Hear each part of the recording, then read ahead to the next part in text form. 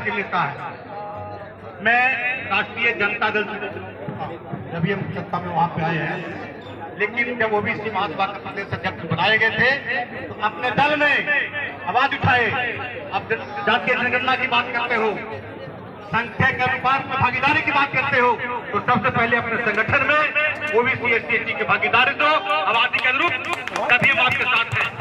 और पूरे देश में राष्ट्रीय जनता दल एक ऐसा पार्टी है बिहार में, तो वहाँ संगठन में प्रखंड अध्यक्ष से लेकर जिला अध्यक्ष से लेकर प्रदेश कमेटी तक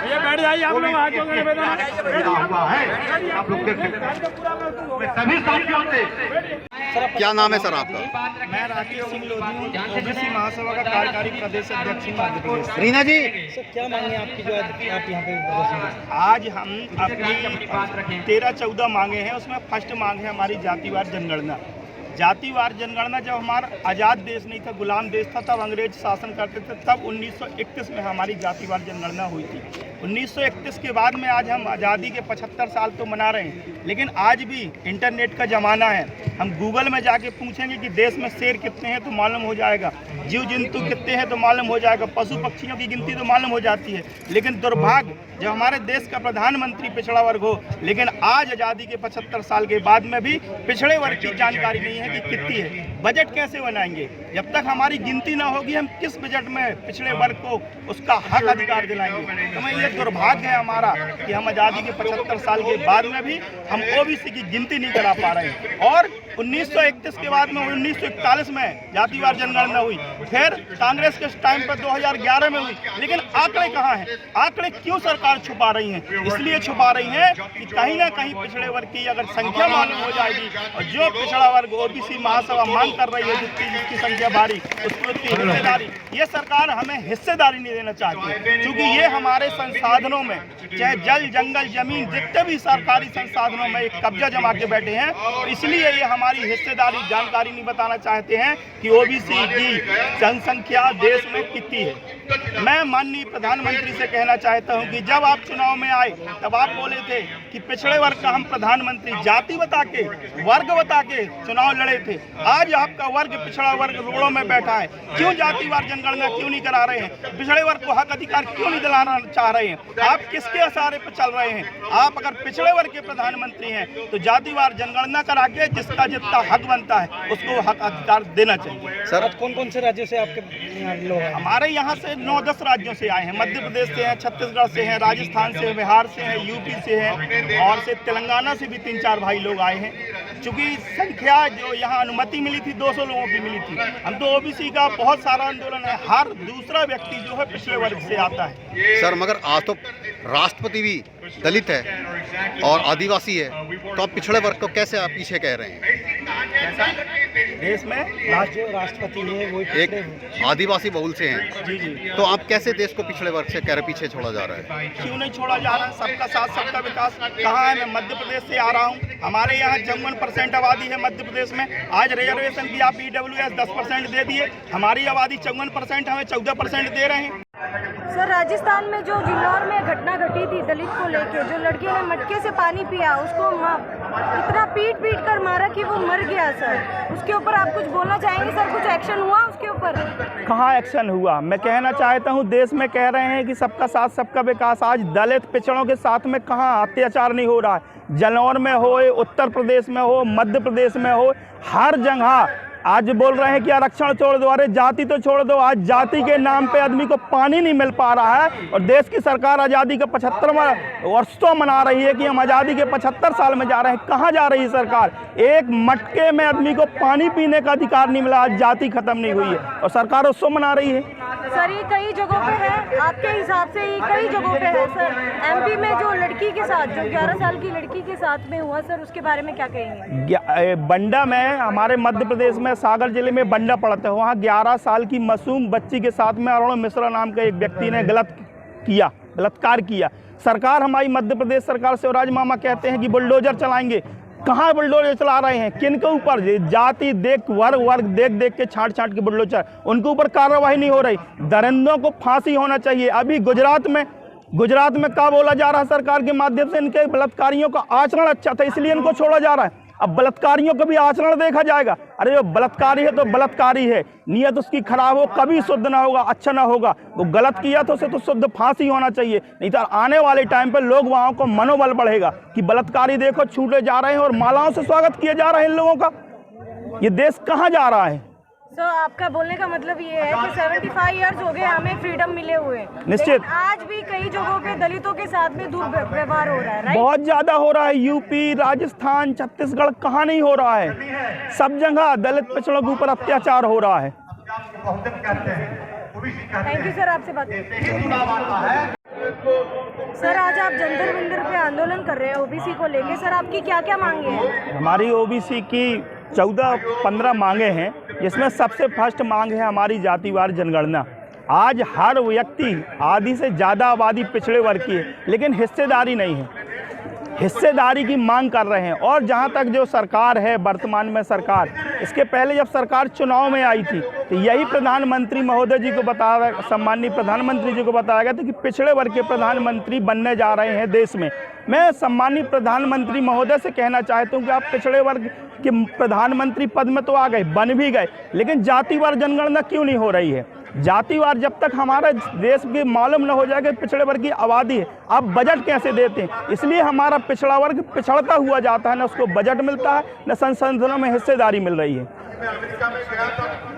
ठीक है सर। तो सर, अगर जो आज सुनवाई नहीं होती है तो आगे का आपका क्या रणनीति होगी सर?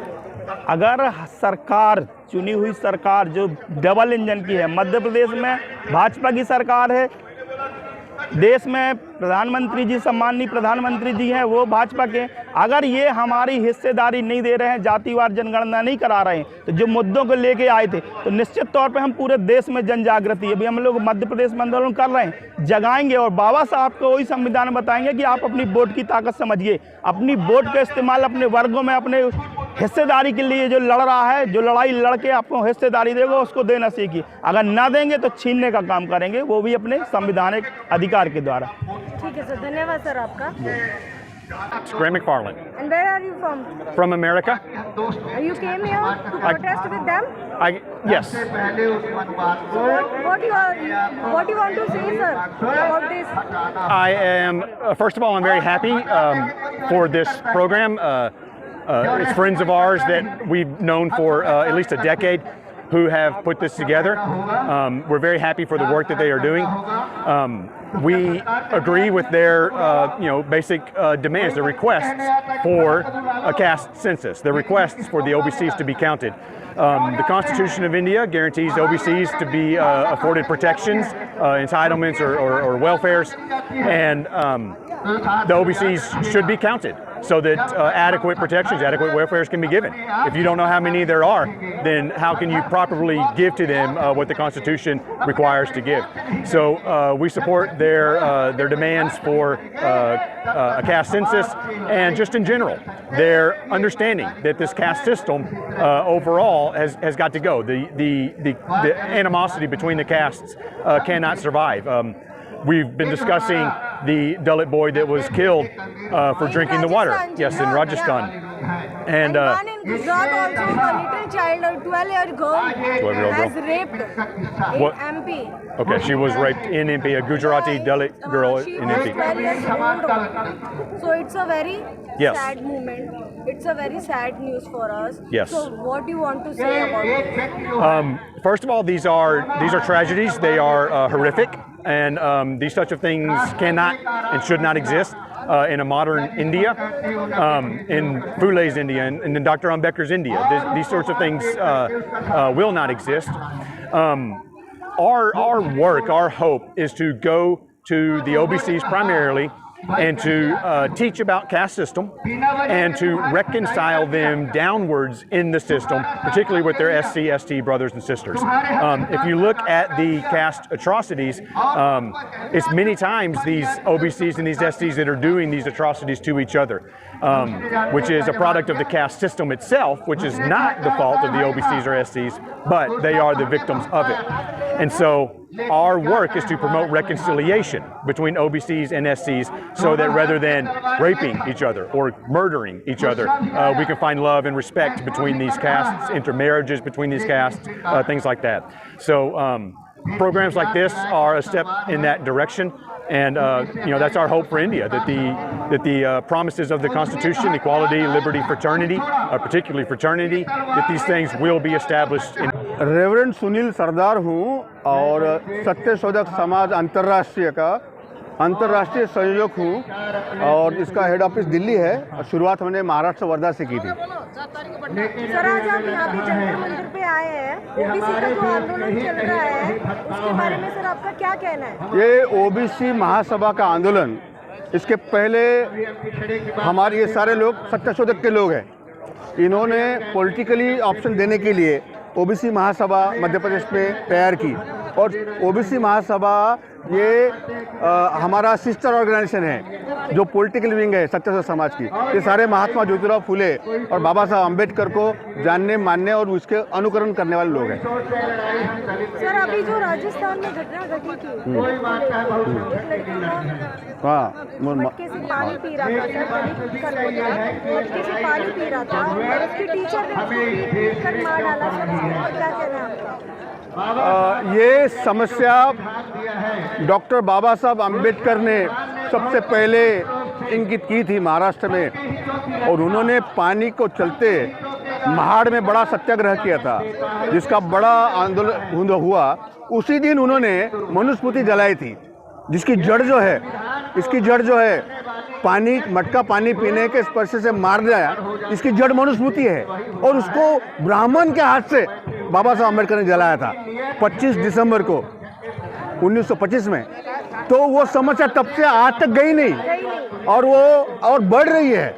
सर 75 इयर्स हो गए फ्रीडम को, फिर भी जो समाज है वो वही का वही है। सर आपका कहना ये है? बिल्कुल वही का वही है। समस्या ये संविधान की समस्या नहीं है, ये धर्म की समस्या है और जब तक ये धर्म को डुबाया नहीं जाएगा, मनुस्मृति को बार बार जलाया नहीं जाएगा, जैसा हर साल वो लंका का रावण जलाते ना, वैसा हर साल 25 दिसंबर को ये मनुस्मृति को जलाना ताकि लोगों को चेतना देना है, ताकि लोग समझे कि ये हिंदू लोग बुरे नहीं है, अपर कास्ट बुरे नहीं है, लेकिन उनका धर्म बुरा है, ऐसा बाबा साहब कहते हैं।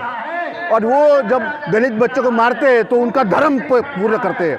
जैसा कि बिन लादेन ने बोला कि मैं धर्म के लिए ट्विन टावर्स को उड़ा दिया था, वो बोले कि उसके बाद में मैं सीधा नरक में जाऊंगा। इस तरह से ये जो अपर कास्ट दलितों को मारते इसका कारण धर्म है। वो लोग बुरे नहीं है लेकिन उनका धर्म बुरा है। सर ये जो आज आंदोलन चल रहा है ओबीसी SC ST को लेके, सर आगे आपको क्या कहना है कि मतलब ये जो कह रहे हैं कि इनकी मांगे पूरी होनी चाहिए, इनकी मांगे पूरी होनी चाहिए।